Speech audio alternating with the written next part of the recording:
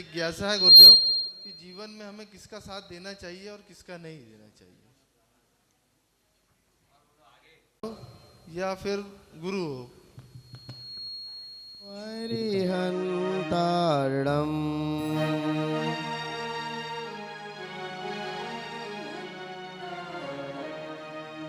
ओम नमो सिद्धारणम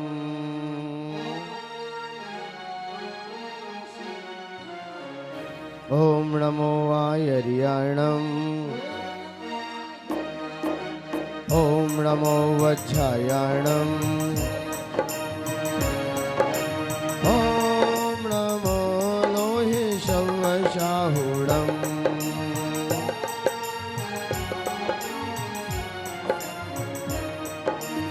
ओम नमो लोहि शवशाहुणम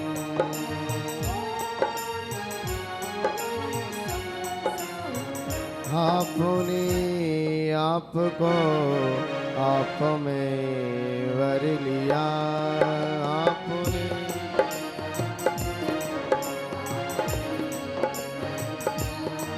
चेतना को स्वयं ही प्रखर कर लिया।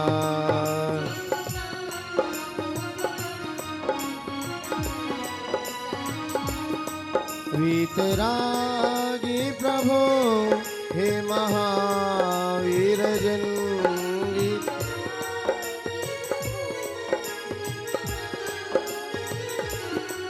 आदिनाथ प्रभु तुम हो तारण तरण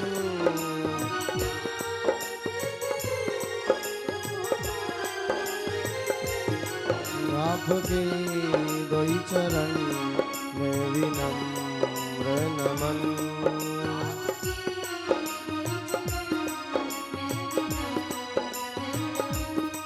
त्याग के रूप तुम, ध्यान के रूप तुम,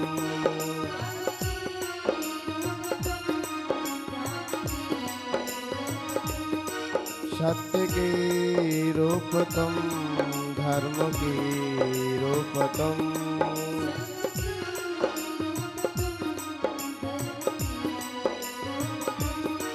हे विराग गुरु दो विरागी नयन,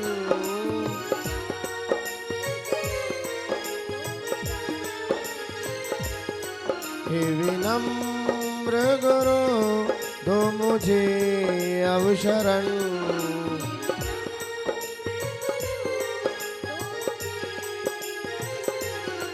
है नमन दे शरण दो समाधि मरण, है नमन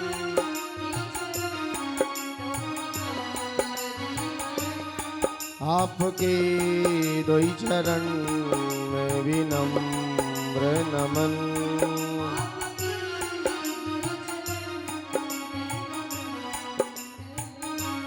जय बोलिए अनंतानंद सिद्ध परमेश्वर भगवान की। प्रथम तीर्थंकर श्री ऋषभनाथ भगवान की। देवाय देव चिंतामणि पारसनाथ भगवान की। धर्म तीर्थ शासन नायक अंतिम तीर्थंकर भगवान महावीर स्वामी की। आचार्य भगवंत गुरुवंशी विराग सागर जी गुरुदेव की। आचार्य भगवंत गुरुवंशी विशुद्ध सागर जी गुरुदेव की। मम दीक्षा गुरु आचार्य भगवंत गुरुवंशी विनम्र सागर जी गुरुदेव की। उत्तम सत्य धर्म की।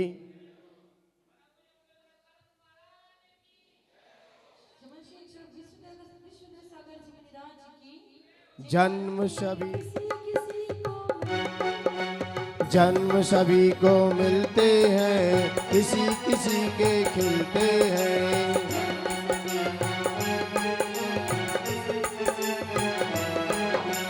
सत्य समझ वो जाते हैं, सत्य समझ वो जाते हैं।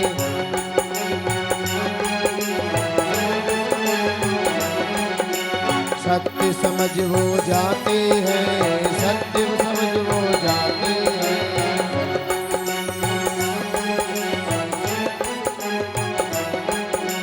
कई यहाँ मर जाते हैं, नाम दुआ कर जाते हैं। कई यहाँ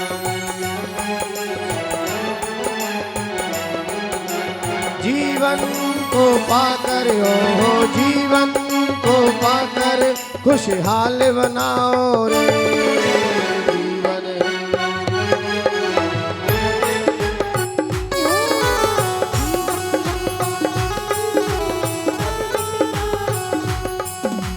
होनी अनहोनी हो, होनी अनहोनी कब क्या घट जाए रे जीवन।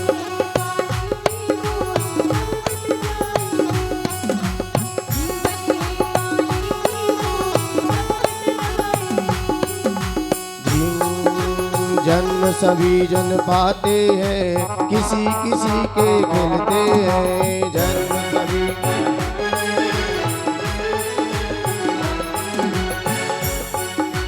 जीवन को पाकर हो जीवन को पाकर खुशहाल बनाओ रे।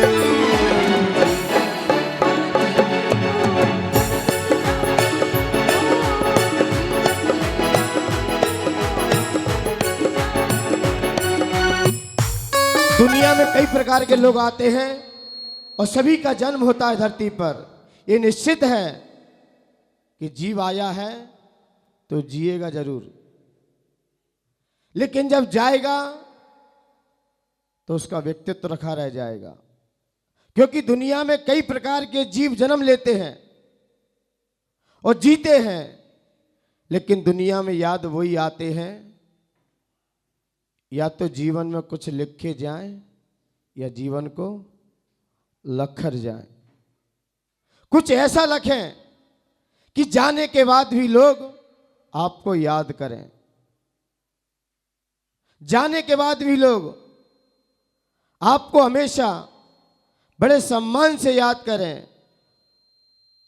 व्यक्ति क्या है ये महत्वपूर्ण नहीं है, व्यक्ति में क्या है ये महत्वपूर्ण बहुत है।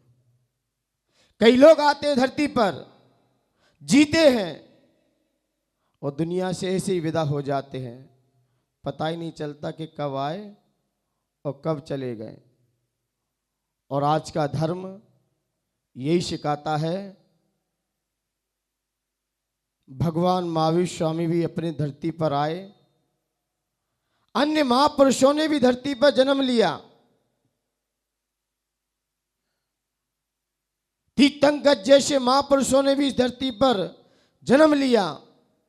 आज उनको अपनी याद करते हैं, उनकी आराधना करते हैं, उनकी सेवा करते हैं और उनकी भक्ति करते हैं। क्यों करते हैं? क्या दिया उन्होंने हमें? एक वाणी दी। और वाणी कैसी दी? कैसी वाणी दी? सत्य थी और सटीक थी, 7 नयों से युक्त थी। जब एक व्यक्ति ने प्रश्न किया कि आप पहले अन्य संप्रदाय में रहते थे, आप अन्य संप्रदाय में रहते रहते आपने ये धर्म को क्यों स्वीकार किया? तो उसने एक अच्छी बात कही कि मेरे कुएं में कुछ कुत्ते मर गए हैं, अब मैं उसको निकालने के लिए 1-2 भंगी की आवश्यकता नहीं है, अब मुझे 7 भंगी की आवश्यकता है। अब 1-2 भंगी से ये कुत्ते नहीं निकलेंगे शरीर से। बोले मुझे समझ में नहीं आ रहा है आप कहना क्या चाहते हो। बोले मेरे अंदर, मेरी आत्मा के कुएं के अंदर ये 4 कुत्ते पड़े हैं, क्रोध के, मान के, माया के और लोभ के। जब तक ये बाहर नहीं निकलेंगे तब तक हमें भगवान का स्वरूप भी समझ में नहीं आ सकता, उनकी वाणी का बोध हमें नहीं हो सकता। सत्य को समझे बिना जब तक ये नहीं निकलेंगे तब तक हमारे जीवन में सत्य भी समझ में नहीं आ सकता। इसलिए मुझे 1-2 भंगी की आवश्यकता नहीं है, क्योंकि भगवान की वाणी सप्तभंगी में निकली है। क्योंकि जब तक हमें सप्तभंगी वाणी समझ में नहीं आएगी तब तक ये कषाय भी बाहर नहीं निकल सकेंगी। और जिस दिन कषाय हमारे अंदर से निकल गई उस दिन जिनेंद्र भगवान की जो सप्तभंगी वाणी है वो अपने आप समझ में आ जाएगी। इसलिए कल अपन लोगों ने लोभ का त्याग किया। जब तक लोभ बाहर नहीं निकलेगा तब तक व्यक्ति सत्य नहीं बोल सकता। चारों कसाएं जब तक क्रम क्रम से नहीं बाहर निकलेंगी, क्योंकि व्यक्ति झूठ बोलता है। किसके कारण बोलता है झूठ? आचार्य भगवंतों ने कहा झूठ बोलता है, तो उमा स्वामी महाराज ने तत्व सूत्र के अंदर कहा क्रोध लोभ भीरत्वास्य प्रत्यख्यानु ननुविचिवासनम च पंच। 7वें अध्याय में 5वां सूत्र है। वहां पर आचार्य भगवंत उमा स्वामी ने कहा व्यक्ति झूठ बोलता है किसके कारण? या तो क्रोध के कारण या फिर लोभ के कारण। या तो क्रोध में झूठ बोलेगा, या तो कोई लोभ होगा, लालच होगा तो क्या बोलेगा? झूठ बोलेगा। इसलिए पहले 4 कसायों का अभाव जब तक नहीं होगा तब तक आपको सत्य समझ में नहीं आ सकता। वैसे देखा जाए आज का धर्म हर व्यक्ति का धर्म है। संतों का तो है ही उत्तम सत्य धर्म, क्योंकि वो जब भी बोलते हैं सत्य बोलते हैं। दिगंबर सत्य कैसा बोलते हैं? उनकी वाणी कैसी होती है? उभयात्मक होती है। न सत्य बोलते हैं न झूठ बोलते हैं। इतना सत्य भी नहीं बोलते क्योंकि देखा जाए तीर्थंकर भगवान सत्य बोलते हैं। सत्य बोलने का अधिकार किसको? अभी सिर्फ तीर्थंकर भगवान को। संत भी इतना सत्य नहीं बोल पाते बात को, क्योंकि ये कहा है तो ये भी तो हो सकता है। तो वो उभयात्मक बात करते हैं आपसे। आपने कहा गुरुदेव आपको चतुर्मास करना है, तो संत क्या कहेंगे? विचार करेंगे। अभी किसी ने कहा आपको मेरे नगर में आना है, तो क्या कहते उस समय? विचार करेंगे। ये नहीं कहते कि आपके यहां आना ही है, नहीं। क्यों? अस्वस्थता के कारण कब क्या घट जाए जीवन में कोई भरोसा नहीं। इसलिए वचन नहीं देते किसी को। वो क्या देते हैं? प्रवचन देते हैं। क्योंकि वचन कौन देते हैं? वचन कौन देते हैं? इसलिए वचन दो तत्काल निभा जाओ तो अच्छा है। और आगे पीछे आपने किया, जैसे माना कि आपने वचन दे दिया कि मैं ये कार्य कर लूँगा पूरा, तत्काल कर दो, एट ए टाइम। ज़्यादा समय मत लगाओ, क्योंकि कल का भरोसा नहीं है। जैसे हमने बोली आज ली है, तत्काल टिका दो। अभी आपकी योग्यताएं क्षमताएं दे दो, और कल नहीं हुई तो कहते इसकी वाणी का क्या भरोसा, आज कुछ कहता है कल तत्काल दे दो। क्योंकि वचनबद्ध जो हो जाते हैं फिर निभाने पड़ते हैं। इसलिए संत वचन नहीं देते, वो प्रवचन देते हैं। जब एक शिकारी एक शिकार के पीछे भाग रहा था, दौड़ रहा था, और दौड़ते दौड़ते संत अपनी साधना में संलग्न थे, और हिरण उनके बाजू से निकल गया। हिरण बाजू से निकला। संत ने देख लिया कि हिरण बड़ा तड़फ रहा है, चीख रहा है। क्योंकि हिरण खेलते हुए दिखाई देते हैं तो उनकी मुद्रा अलग होती है, और कोई शिकारी पीछे पड़ता है तो उनकी मुद्रा अलग हो जाती है। क्योंकि जीव भी समझ जाते हैं कौन प्यार करता है और कौन मारता है, वो भी भांप लेते हैं। लेकिन हिरण जैसे ही भाग के जा रहा था, तो संत महात्मा जैसे बैठे थे, उन्होंने खड़े होकर देखा कि कोई शिकारी पीछे तो नहीं भाग रहा है, कोई शिकारी पीछे तो नहीं भाग रहा है। तो खड़े होकर देखा और शिकारी पीछे से आ ही गया। और शिकारी से देखकर, शिकारी ने जैसे ही देखा और देखकर संत महात्मा के चरणों में निवेदन किया, हे गुरुवर अभी आपको कोई यहां से हिरण भागता हुआ दिखाई दिया है कि नहीं दिया है? अब बताओ संत क्या करें? जीवों के प्राण बचाएं कि झूठ बोलें?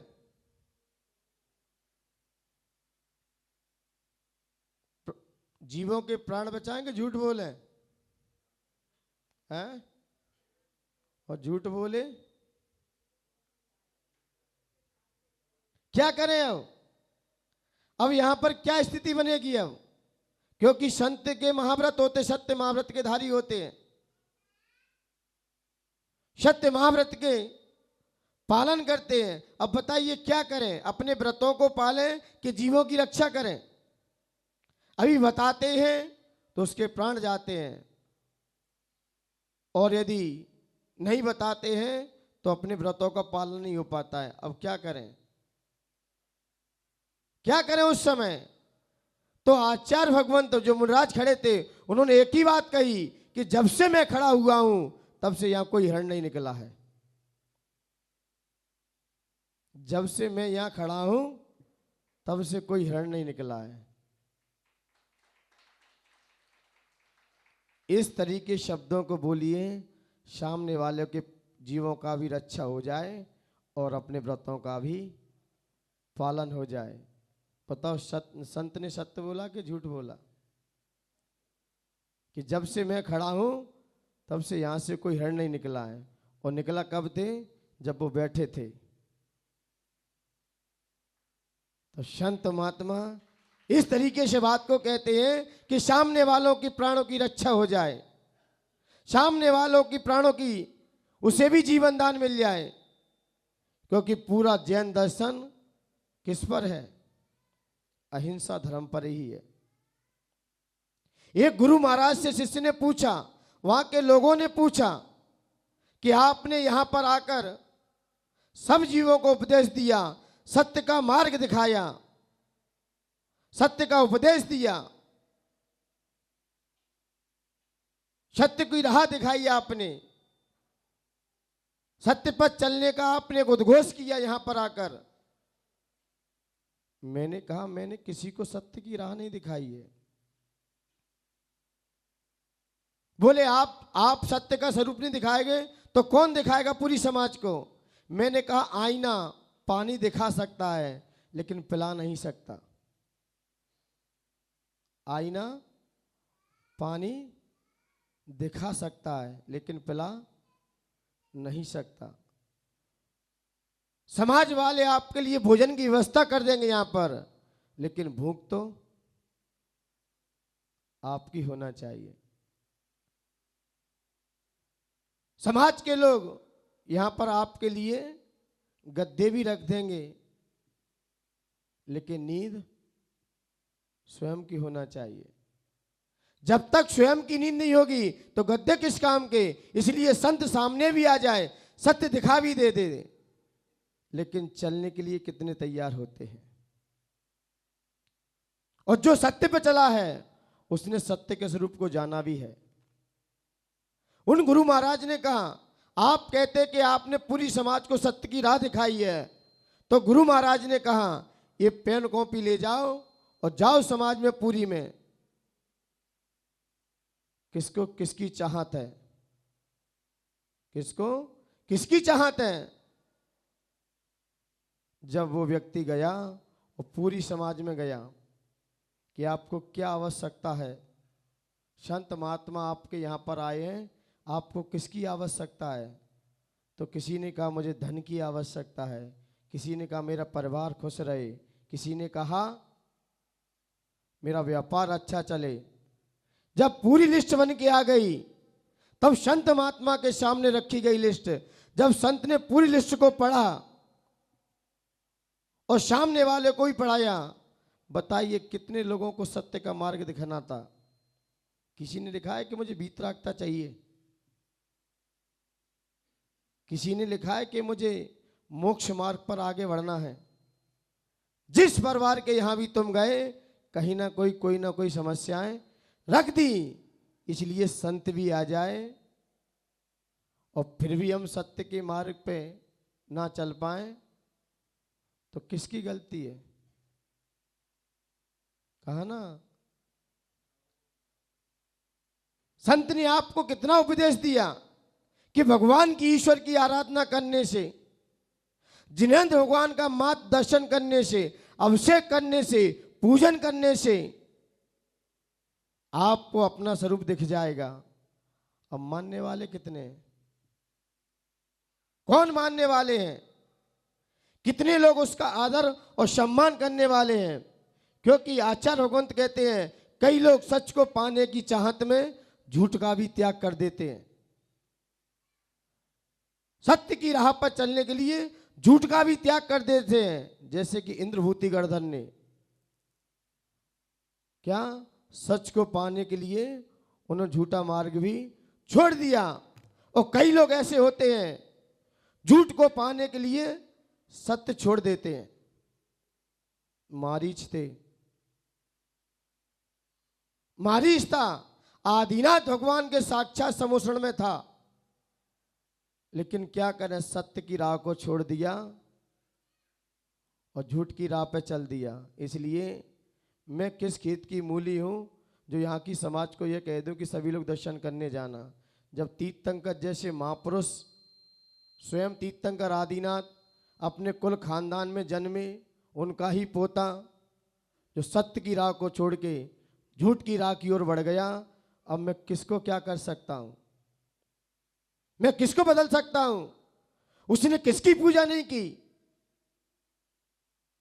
उस मारीच ने आदिनाथ भगवान को छोड़ के कितने देवी देवताओं की पूजा की, क्या क्या धर्म फैला दिया, 363 मठ खड़े कर दिए। इसकी पूजा करो, उसका विधान करो और आदिनाथ को छोड़ दो। क्या आपकी आमला में नहीं है क्या लोग? क्या दिगंबर मुद्रा को छोड़ के किस किस की पूजा कर रहे हैं? किस किस के यहां पर सर टेक रहे हैं जाके? क्या ये मारिच से कम है क्या, जो साक्षात पार्षद यहां बैठे हैं? बड़े सम्मान से इनका आदर किया अपन लोगों ने, और थोड़ी सी चाहत के कारण हम इनको ही छोड़ देते हैं। इसलिए किसी को कुछ नहीं कह सकते। जब सत्य दिख रहा है और फिर व्यक्ति असत्य की चाह पे दौड़ रहा है, तो क्या करें, इसकी होनहार और भवितव्यता बिगड़ गई है। अब उसको तीर्थंकर भी क्यों ना उतर आए, वो भी नहीं बदल सकते सेठ जी। अब जब तीर्थंकर जैसे महापुरुष नहीं बदल पाए, कितने मत खड़े कर दिए, इसकी पूजा करो ये होगा, उसका विधान करो ये होगा, और फिर क्या हुआ सबको पता है। उस मारीच की दशा क्या हुई, कहां का भटका वो, जो जिनेंद्र भगवान को छोड़कर, जो सच्चे गुरुओं को और सच्चे ईश्वर को छोड़ के जो यत्र तत्र विचरण करते हैं, सबसे ज्यादा दुखी दुनिया में वही दिखाई देते हैं। वही दिखाई देते हैं जो सत्य को छोड़ देते हैं। इसलिए सत्य को शब्द की पोशाक पहनाई ना गई। सत्य क्या है, सिर्फ अनुभूत होता है, सत्य अनुभूत होता है। इसलिए सत्य को पाने के लिए, सत्य को जानने के लिए राम को भी कई भाव लग गए, महावीर को भी सत्य को पाने के लिए पूरी जिंदगी लग गई। जब शेर की पर्याय में आए तब समझ में आया कि सत्य क्या है। ऋषभदेव भगवान कई वर्ष लग गए उनको भी सत्य को समझने में। इसलिए सत्य हर किसी को समझ में नहीं आता। और लोग कहते हैं मुझे झूठ पसंद नहीं है, मुझे झूठ पसंद नहीं है किसी का, और जीते झूठ में ही है, झूठों के साथ जी रहे हैं। और लोग कहते हैं झूठ बोलना पाप है, झूठ बोले, झूठ बोले काले कौवे से। आपने सुना है कि नहीं सुना है? किस किस ने सुना है झूठ बोले? नितिन भैया, झूठ बोले, झूठ बोलने वाले के पास बहुत भीड़ रहती है। जो झूठ की राह पे चलते हैं उनके कई यार दोस्त बन जाते हैं, लेकिन सत्य के साथ चलने के लिए कोई साथ नहीं खड़ा होता, कोई भी साथ नहीं देता। जो झूठ के साथ जिए, वीरप्पन जिंदगी भर झूठ के साथ जिया। फूलन देवी, कंस और दुर्योधन, रावण, जरासंध और लादेन, ये सब झूठ से ही जिए, असत्य की राह पे चले। अंतिम में इनका रिजल्ट क्या आ गया? अंतिम में इनका रिजल्ट क्या निकल के आया? इसलिए झूठ का महल ताशों का होता है, ताशों का बना होता है झूठ का महल। और लेकिन सत्य का महल देखा जाए तो सुमेरु पर्वत से खड़ा होता है। भले ही सत्य दुनिया में परेशान हो जाएगा, लेकिन पराजित नहीं होगा किसी से, किसी से भी पराजित नहीं होगा। सत्य परेशानियों का सामना करेगा, मुकाबला करेगा, लेकिन विजय किसकी होगी लास्ट में? सत्यमेव जयते। सत्य परेशान हो सकता है दुनिया में, लेकिन पराजित नहीं होगा। कितनी भी आपदा आ जाए, और वास्तव में देखा जाए दुनिया में जो सत्य की राह पे चले हैं, जिन्होंने सत्य का चोला पहना है, उन लोगों पर ही सबसे ज्यादा परेशानियां आई हैं। जो सत्य की राह पे चले हैं, उन लोगों पे सबसे ज्यादा परेशानी आई है। और मैं परेशानी नहीं समझता, वो परेशानी नहीं, वो आपकी परीक्षा है, वो आपकी परीक्षा रही है। जिसने भी सत्य के मार्ग को आगे बढ़ाया है, सत्य पे चलने का प्रयास किया है, पुरुषार्थ दिखाया है, लोगों ने उनकी टांग खींची है, चाहे फिर कोई भी हो। और कोई टांग खींचने वाले कोई बाहर से नहीं आए, टांग खींचने वाले कोई बाहर से नहीं आए। वो सब कहते हैं दिल के छाले झुलसते हैं सीने की आग से।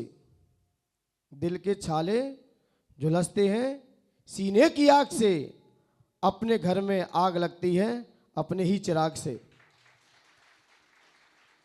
अपने ही चिराग थे जिन्होंने सामने वाले को सत्य की राह पर चलने से टांग खींचते ही रहे, क्योंकि जिसका जो स्वभाव होता है उसको अपन नहीं बदल सकते। चाहे पासनाथ भगवान की सत्य की राह पे चले, कोई दूसरे ने टांग नहीं खींची उनकी, उनके ही सगे भाई थे, उनके ही सगे भाई थे। श्री कृष्ण भी सत्य की राह पे चले, उनकी टांग खींचने वाले कौन थे? उनके ही मामा थे, उनके ही मामा थे। मीरा सत्य की राह पे थी, जहर देने के लिए तैयार कौन था? उनका ही देवर था। उठाइए जितने भी इतिहास, आचार्य मानतुंग भी सत्य की राह पे चले, वहीं का राजा उस शासन में वो भी टांग खींचता ही रहा। रामचंद्र जी को 14 वर्ष का वनवास किसने दिया? कौन से बाहर से देने वाले आए लोग? उनके ही परिवार के लोग थे। इसलिए मान्यवर, और सीता भी सत्य की राह पे चली तो परीक्षा किसने की? कौन से लोग आए बाहर से? अपने को गिराने के लिए किसी अपने का ही हाथ होता है। और मैं जानता हूं कि सत्य की परीक्षा होना चाहिए। जब तक सत्य की परीक्षा नहीं होगी तो सत्य खराबी नहीं उतर सकता, उतरना चाहिए। इसलिए आचार्य भगवंत कहते हैं उस सत्य की राह पे आप हिलिए मत, क्योंकि अच्छे अच्छे महापुरुष भी उसी राह पर सफल हुए हैं, उसी राह पर सफल हुए हैं। जब देवों में चर्चा हो गई, देखा गया देवों में एक चर्चा आई थी। जब सुना कि आचार्य वशिष्ठ और गुरु विश्वामित्र जो स्वर्गों में चर्चा कर रहे थे कि धरती पे देखना है सत्यवादी तो कौन है? राजा हरिश्चंद्र। हरिश्चंद्र जैसा सत्यवादी धरती पर मुझे लगता है बहुत खरा उतरा। इतनी परीक्षा देखी जाए किसी राजा की नहीं हुई जितना कि राजा हरिश्चंद्र की हुई है। न्यायपूर्वक राजा, न्याय नीति से चलने वाला और सत्य बोलने वाला, दानी भी था, त्यागी भी था। जब गुरु विश्वामित्र को पता चला कि राजा हरिश्चंद्र की इतनी चर्चा है धरती पर, तो उसी गुरु विश्वामित्र ने राजा की परीक्षा करने के लिए उसने एक ऋषि का रूप लिया। और ऋषि का रूप लेकर राजा उस समय वन में थे, और वन में थे वहीं पर जब ऋषि का दर्शन हुआ तो राजा ने कहा आज तो मेरा सौभाग्य है, क्योंकि मुझे मेरी आंखों ने आज किसी ऋषि का दर्शन कर लिया। तो राजा हरिश्चंद्र ने अनायास ही उससे कहा कि मैं आज अपनी नेत्रों को धन्य मानता हूं, क्योंकि मैंने आपका दर्शन कर लिया। तो उसने क्या कहा, गुरु विश्वामित्र ने जो देव ऋषि का रूप लेके आया था, उसने कहा हे राजन, मैं अब यज्ञ करने वाला हूं। मैं क्या करने वाला हूं? यज्ञ करने वाला हूं, हवन करने वाला हूं। तो राजन ने कहा जितनी सामग्री चाहिए आप ले लेना मुझसे। तो ऋषि ने क्या कहा, समय पे आकर हम आपसे मांग लेंगे। इसलिए मैं कहता हूं कभी वचन में बंधना मत, भूल करके भी जो वचन में बंधे वो फंसे हैं जरूर। चाहे राजा पद्म हो, जब हस्तिनापुर का राज्य मंत्रियों के हाथ में चला गया, वचनबद्ध हो गए, तत्काल वचन दे देते कि जो चाहिए आपको अभी ले लो। बात का कोई भरोसा नहीं है, न बाद में किसी का भरोसा करना चाहिए। दान दक्षिणा नौचावर राशि और ब्याज तत्काल मिल जाए वही ठीक है, बात का तो बात का ही है। क्या सेठ जी हैं? तत्काल एट ए टाइम, बाद का तो गया। और बाद में आप वचनबद्ध हो गए तो ना जाने कौन सी स्थिति कब खड़ी हो जाए, क्योंकि राजा पद्म वचनबद्ध हो गए। क्योंकि जो उच्च घराने के होते हैं वो वचन के अड़िग रहते हैं, हिल नहीं सकते। चाहे राजा दशरथ हो और चाहे राजा पद्म हो, राजा दशरथ भी वचनबद्ध थे और राजा पद्म भी वचनबद्ध थे। उसका क्या रिजल्ट निकल के आया बाद में। इसलिए वचनबद्ध मत होइए, तत्काल निभा दीजिए हाल की हाल। बात का कोई लफड़ा नहीं है, तत्काल ले जा भैया, कल हुए ना हुए कोई भरोसा नहीं है। इसलिए ये मत समझना कमेटी वाले आपके द्वार पर रसीद काटने आएंगे, नहीं, वो यही मांगेंगे। मैंने सबसे मना कर दिया है, चतुर्मास तक किसी के द्वार पे मत जाना, क्योंकि जिसके द्वार पे हमने बोली ली है अब उसको अपने द्वार पे बुलाओगे क्या? सज्जन लोग होंगे वो इसी द्वार पे दे जाएंगे, और जिसे नहीं देना है तो मांगने से कोई फायदा ही नहीं है फिर, चाहे यहां हो चाहे फिर घर हो, कुछ भी हो। तो इसलिए वो वचनबद्ध थे। और जैसे ही राजा हरिश्चंद्र ने वचनबद्ध हो गए तो उसी ऋषि ने क्या मांगा कि मुझे आपका पूरा राजपाट चाहिए। अब क्या करें, उसमें वचनबद्ध थे तो पूरा राजपाट दिया। और राजपाट देने के बाद जैसे ही पूरा राजपाट मिलने के बाद दान देने के बाद दक्षिणा भी दी जाती है। वहां की परंपरा वैष्णव समाज, क्या दान दिया है तो दक्षिणा भी दीजिए। तो राजा हरिश्चंद्र ने कहा दक्षिणा में आपको क्या चाहिए? बोले 1000 स्वर्ण मुद्राएं चाहिए। तो उन्होंने जैसे ही राजा ने अपने दूत से कहा कि 1000 स्वर्ण मुद्रा और लेके आओ, तो जैसे ही वो लेने गया तो इधर ऋषि ने क्या कह दिया, अब तो ये राजपाट मेरा हो चुका, अब इसमें मुद्राएं आपकी कहां से आ गई?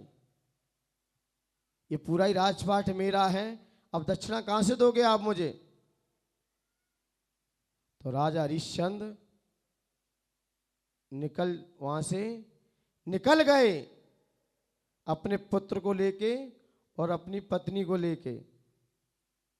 जब आगे बढ़े तो उन्हें एक ही विकल्प था कि मुझे उन ऋषियों को दक्षिणा देनी है, जो मैंने उनको वचन दिया है उसे निभाना है। तो राजा हरिश्चंद्र स्वयं बिकने के लिए तैयार हो गए। अब कोई भी उन्हें खरीद नहीं रहा था। लेकिन एक बनारस में घाट पर ढोब होते हैं जो मरघट पे होते हैं, जो किसी के अंतिम संस्कार करते हैं। उनको आवश्यकता थी एक व्यक्ति की कि कम से कम मरघट पर रहेगा तो लोगों की अर्थियां काम करता रहेगा। तो राजा हरिश्चंद्र ने वहां पर जाके नौकरी की, जाने की 1000 स्वर्ण मुद्रा में बेचे और उसको दक्षिणा में दी। और स्वयं राजा हरिश्चंद्र ने मरघट पे जाके नौकरी की और उनकी पत्नी जो महलों में रहने वाली थी, वो किसी के यहाँ दासी बनकर उसने काम किया। दासी बन के जैसे ही काम किया, बच्चा खेल रहा था घर में, आंगन बच्चा खेल रहा था, लेकिन बच्चे को भी सांप ने डस लिया। मर सैया पे लेट गया, इकलौता बच्चा मां का। अब जिसका बच्चा होता है उसे ही पीड़ा होती है, जिसका जाता है ना उसको ही दर्द होता है। आप लोग तो सुनने में भी इतने हिल रहे हो, और जब आपका बच्चा जाएगा तब कितनी वेदना होती है। उस बच्चे की पीड़ा मां पे, एक तो पति का वियोग सहना पड़ा, अब पुत्र का वियोग। अब उस स्त्री से पूछी कैसी बताई उस पर। राजा हरिश्चंद्र तो थे ही, लेकिन जैसे ही वो अंतिम संस्कार कराने के लिए आगे बढ़ी, और आगे बढ़ते ही जब वह मरघट पे जाके पहुंची, तो राजा हरिश्चंद्र ने जैसे ही देखा, जैसे ही उसका मुंह खोला, तो राजा हरिश्चंद्र दंग रह गए। ये तो मेरा ही पुत्र है, ये तो मेरा ही बालक है, और ये पत्नी मेरी है। तब सारा वृतांत बताया, इसको सांप ने काट लिया है और ये चला गया है, इसके अंतिम संस्कार करो। राजा हरिश्चंद्र ने कहा, मैं अंतिम संस्कार तो कर दूंगा, लेकिन घाट पे कुछ लगता है, कफन का टुकड़ा लगता है, कफन तो लेके आओ। बोले इतना आप नहीं कर सकते। बोले मैं कुछ नहीं कर सकता, क्योंकि मैं भी किसी के यहाँ नौकरी कर रहा हूं।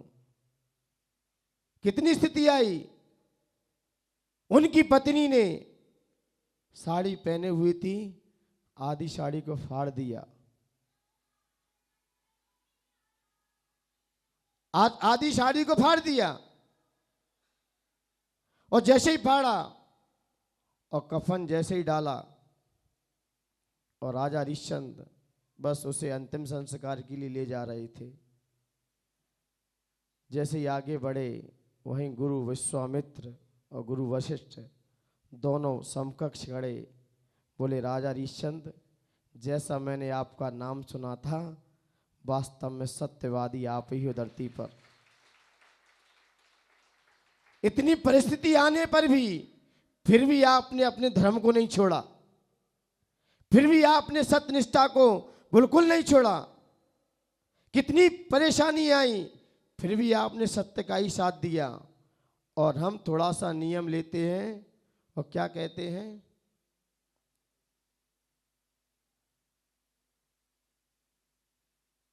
क्या करते हैं, ऐसे ऐसे धरती पर सत्यवादी रह चुके हैं। इसलिए आज लोग राजा हरिश्चंद्र का नाम बड़े सम्मान से लेते हैं, बड़े आदर से लेते हैं। कंस का, जरासंध का कोई नाम नहीं ले पाता, क्योंकि ये झूठ में जिए हैं। इसलिए झूठ में जीने वाले की कोई कीमत नहीं होती।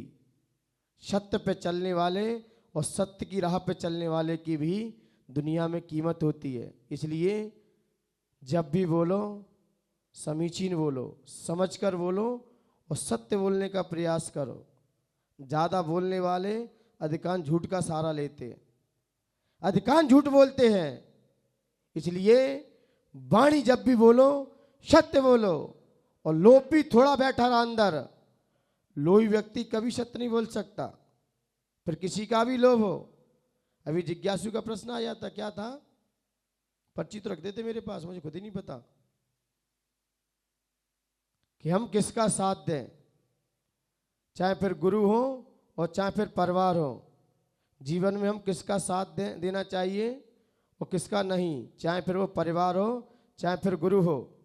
सत्य है, अभी पढ़ा ना, ऊंचे सिंहासन बैठे वसु नृप, धर्म का भूप पति भया, और बच झूठ सेती नरक पहुंचा, स्वर्ग में नारद हुआ।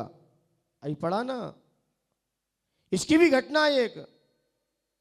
राजा वसु और उनके पिता बहुत धर्मात्मा थे। जब राजा वसु को गुरुकुल में भेजा गया, क्षीर कदम नामक के जो वहां के गुरुकुल चलाते थे ब्राह्मण थे, उन्होंने तीनों शिष्यों को पढ़ाया। पर्वत भी था, वसु भी था और नारद भी था, सबको पढ़ाया। लेकिन जब तीनों शिष्य जंगल में विचरण कर रहे थे तो वहां मुनिराज का दर्शन किया और उनके गुरु क्षीर कदम को वैराग्य हो गया। जैसे ही वैराग्य हुआ, उनका एक ही इकलौता पुत्र, उसका नाम क्या था? पर्वत। लेकिन कम बुद्धि का था पर्वत। पर्वत के पास ज्यादा बुद्धि नहीं थी, मंद बुद्धि का था। लेकिन नारद बुद्धिमान था। नारद भी कैसा था? बुद्धिमान था। लेकिन जब तीनों पढ़ने के लिए जब वैराग्य हुआ, उधर वसु के पिता को भी वैराग्य हो गया। और उस समय वसु के पिता उस समय के राजा थे, उनका नाम अयति था, ऐसा ही कुछ नाम था, अयति। हाँ, राजा अयति का राज चलता था। तो जब वैराग्य हुआ, दोनों को राजपाट दिया गया। नारद तो आगे चल गया, नारद ने तो आगे चल के मुनि बना, उसने बहुत धर्म की प्रभावना की। लेकिन पर्वत ने अपने पिता का गुरुकुल संभाला और राजा वसु ने राजगद्दी संभाली। जब कई वर्ष बीतने के बाद नारद और पर्वत का भेंट हो गई। जब दोनों की भेंट हुई तो वहां पर हवन का काम चल रहा था। तो पर्वत ने कहा, अजेष्टम, यानी कि आज से हवन करना चाहिए। आज से क्या करना चाहिए? हवन करना चाहिए। तो नारद ने कहा, ठीक है, पुराने धान लेके आइए, उससे हवन कीजिए। तो पर्वत बोला, नहीं, आज का मतलब मेरे गुरु ने पढ़ाया है, आज का मतलब होता है बकरा। आज का मतलब क्या होता है? बकरा। और प्रकरण किसका था? हवन का। तो हवन के प्रकरण में अज का अर्थ क्या निकल के आएगा? अब पर्वत तो कह रहा है कि अज का मतलब बकरा होता है, और नारद कह रहा है कि अज का मतलब 3 साल पुराने धान होते हैं।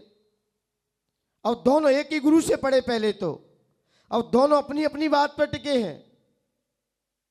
अब इसका निर्णय कौन करे?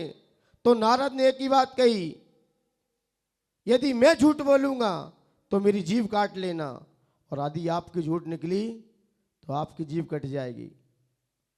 जब दोनों की बहस हुई, अब इसका निर्णय कौन करे? इसके निर्णय करने के लिए राजा के पास पहुंचे, और उस समय राजा वसु थे। लेकिन जैसे ही जो पर्वत की मां थी, पर्वत ने सारा वृत्तांत अपनी मां को सुनाया। मां, आज मेरी नारद से थोड़ी सी वार्तालाप में बहस हो गई, और आज के प्रकरण को लेकर हुई है कि आज का मतलब मैंने कहा बकरा होता है, मेरे पिता ने, गुरु ने यही मुझे पढ़ाया है। तब मां ने कहा, तेरी बुद्धि को धिक्कार है, क्योंकि हवन के प्रकरण में आज का मतलब धान होता है। क्योंकि विषय देखना चाहिए, क्योंकि शब्द के कई अर्थ निकलते हैं, लेकिन प्रकरण कहाँ ये देखना चाहिए। जैसे कहते कनक, कनक में धतूरा भी होता है, और कनक का मतलब सोना भी होता है, और कनक का मतलब आटा भी होता है। अब कहाँ कौन सा प्रकरण लगाना है, ये ज्ञानियों को समझना चाहिए। शब्द वही है, अर्थ कहाँ कौन सा लगाना है, ये प्रकरण देखना पड़ता है। लेकिन पर्वत ने प्रकरण नहीं देख पाया। मां ने कहा, तेरा धिक्कार है, पति को तो वैराग्य हो गया, अब पुत्री मेरे हाथ से चला जाएगा, जीव कट जाएगी, अब क्या करें। उसकी मां, पर्वत की मां राजा वसु के पास पहुंची। राजा वसु से निवेदन किया कि अब मेरे पति ने आपको इतना पढ़ाया है, इतना लिखाया है, तो मैं आपकी कौन हूं? गुरु मां हूं। कौन है? गुरु मां है। इसलिए गुरु मां किसको कहते हैं? गुरुजी की पत्नी को गुरु मां कहते हैं। किसको कहते हैं गुरु मां? गुरुजी की पत्नी को। जी अन्य संप्रदाय की बात है। कहाँ की बात है? अन्य संप्रदायों की बात है। लेकिन अभी हमने आचार्य से पूछा कि कुछ आर्यकाएं अपने सामने गुरु मान लगाने लगी हैं। बोलिए बिल्कुल न्याय गलत है, आगम से विरुद्ध है। क्योंकि आर्यका को अपने सामने गुरु मान लगाने की आवश्यकता नहीं है। क्यों? कौन सी तुम गुरुजी की पत्नी हो? आप आर्यका हो। आर्यकाएं बहुत हुई अपने बीच। आदिनाथ भगवान की दोनों पुत्री क्या थी? ब्राह्मी सुंदरी। उन्होंने कभी लिखा मैं गुरु मां? आर्यका शब्द मिला है। और आज देखा जाए आर्यकाओं में आर्यका मां। अरे मां शब्द कहाँ लगता है?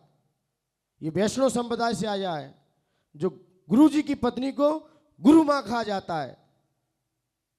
ये आगम में उधर मिलता है, जैन दर्शन में कहीं प्रमाण नहीं मिला कि आर्यकाओं को गुरु मां लगा देना। मेरी आचार्य इस पे कई बार विषय पे हो चुकी है, तो आचार्य ने एक ही सिद्धांत कहा कि आर्यकाओं को अपने सामने सिर्फ आर्यका लगाएं। गुरु मां लगाएंगी तो आप किसकी पत्नी हो पहले ये बताओ?